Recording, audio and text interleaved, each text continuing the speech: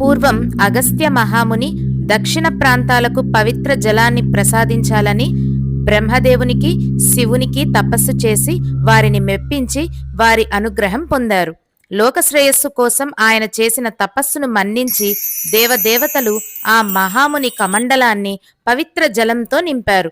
ఈ జలాన్ని తీసుకొని అడవుల వెంబట బయలుదేరారు ఆ మహాముని. మరి ఎక్కడో అక్కడ నది ఆవిర్భావం జరగాలిగా, కాని నది ఆవిర్భావం ఎక్కడ చేయాలో, ఆ జలాన్ని ఎక్కడ పోయాలో ఆయనకి అర్థం కావడం లేదు.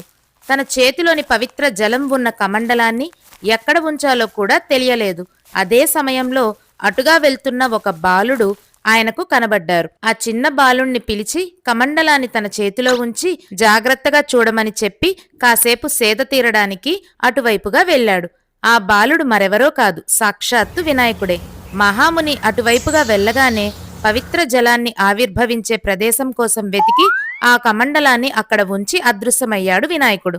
తిరిగి వచ్చిన మునికి కమండలంలోని పవిత్ర జలాన్ని తాగడానికి ప్రయత్నిస్తూ దాని మీద నిల్చున్న ఒక కాకి కనపడింది. ఆ కాకిని తరంగానే ఆ కమండలంలోని నీళ్లు కింద పడేసి వెళ్ళిపోయింది.